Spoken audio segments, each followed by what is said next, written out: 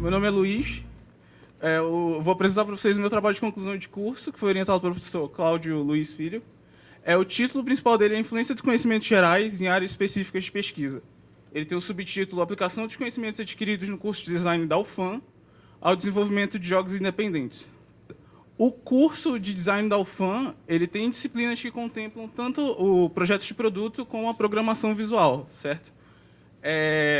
Mas tem uma completa gama de outras áreas de nicho mais específico que ele não se aprofunda bastante.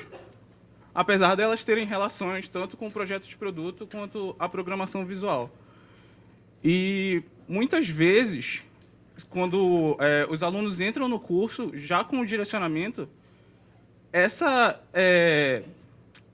caráter meio geral do curso pode deixá-los um pouco desanimados por não apresentarem informações tão relevantes e tão específicas das áreas de pesquisa.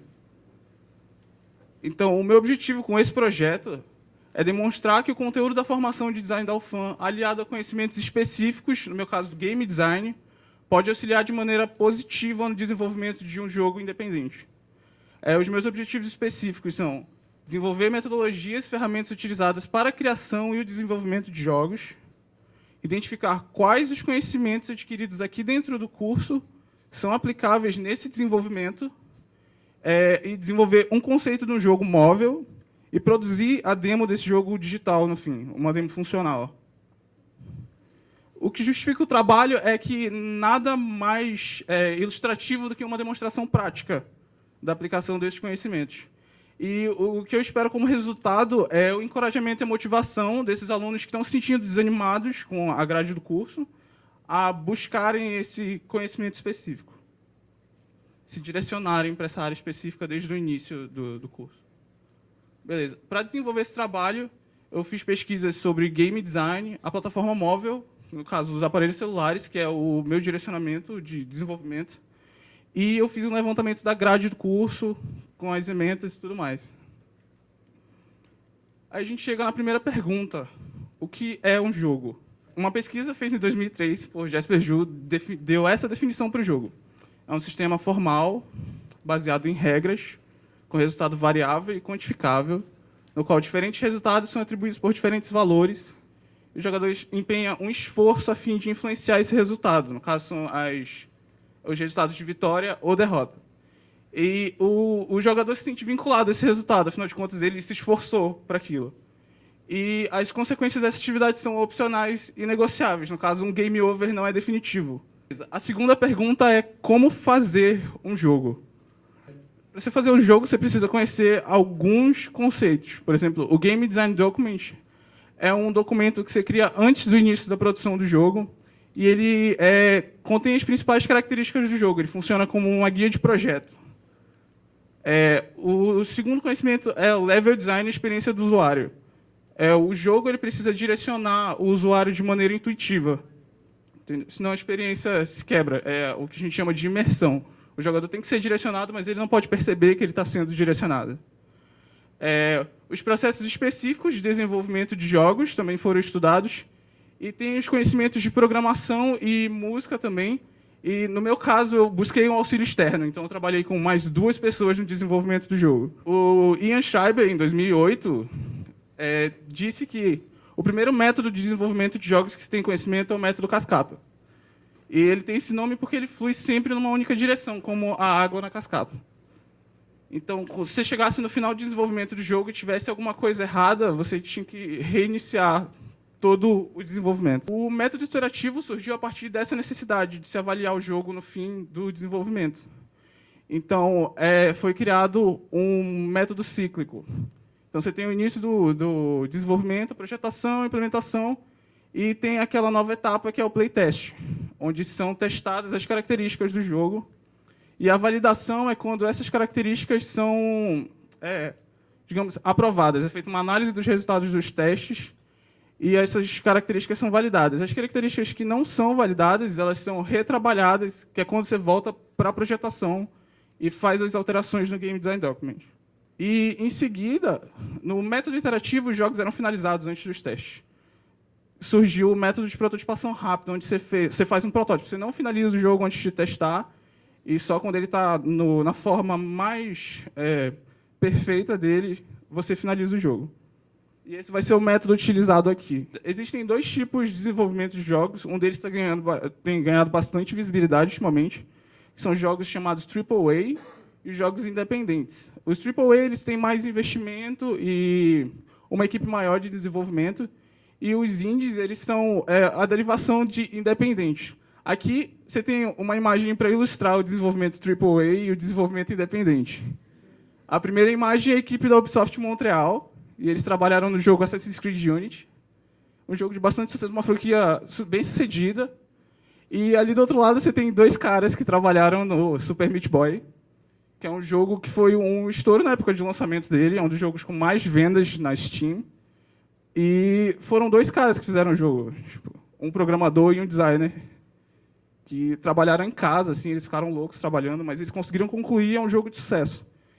E para vocês verem o contraste, tipo, milhões de pessoas e uma dupla. Aí a gente chega finalmente no jogo que eu vou desenvolver aqui para ilustrar esses conhecimentos. É um jogo, o nome Alien Watch começou com um nome temporário e acabou ficando definitivo. É um jogo de ação, ele tem temática de invasão alienígena com elementos de shooters, então é de tiro, um jogo de tiro, e Infinite Runner. Então o personagem corre sozinho para frente, você só direciona ele e mata os monstros. Ele vai ser desenvolvido para o sistema Android.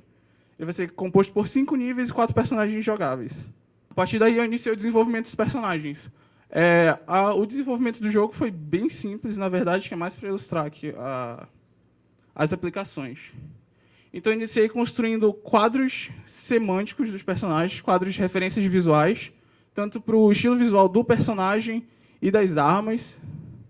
A aparência física deles influi bastante no gameplay. Então, por exemplo, personagens mais rápidos são mais magros e menores, personagens mais lentos e mais fortes são maiores. E então foram feitos 4 quadros. Esse é o segundo personagem, o terceiro e o quarto. E a partir desses quadros foram gerados 4 conceitos iniciais. Então você tem 4 personagens de tamanhos diferentes e durante o gameplay do jogo eles variam na jogabilidade. E também foram feitos os conceitos das armas, que foram desenvolvidos posteriormente. E os personagens também foram desenvolvidos. Foram ajustados proporções, o traço, e até a própria expressão corporal do personagem foi modificada também. Em seguida foi feito o estudo de cores, foram geradas 4 variações de cores para cada personagem, que foram avaliadas em conjunto. Então os primeiros 2 personagens eles fazem parte de um time, eles usam uniformes, então as variações foram avaliadas como duplas, então 1, 2, 3, 4. E os outros 2 personagens fazem parte de grupos diferentes, mas eles estão trabalhando junto para enfrentar os aliens. Então eles têm variações de cores distantes entre si e para diferenciá-los da dupla. Essas são as cores definitivas dos personagens, que definiram uma escala de cores definitivas para as armas também. E esse é um rendering com aplicação de sombreamento, textura, iluminação dramática e tudo mais. A partir daí, eu comecei o desenvolvimento dos inimigos, seguindo basicamente o mesmo processo. E foi gerado um padrão para os inimigos, para todos eles parecerem de uma mesma espécie. E foram gerados 7 conceitos de inimigos, com características próprias para a variação do gameplay. E vocês podem ver que todos eles têm uma semelhança, mas ainda apresentam características diferenciadas entre si. Eles têm cores específicas para diferenciar na hora do jogo. Quando o jogador estiver na ação, ele vai conseguir diferenciar cada tipo de personagem e como ele deve enfrentar cada tipo de personagem. Os cenários também foi feito o mesmo processo, que foi desenvolvido um bloco para ser jogado dentro do jogo, e ele vai ser repetido para criar o cenário, com variação de cores. Ali embaixo você tem uma simulação da iluminação que vai ser utilizada dentro do jogo.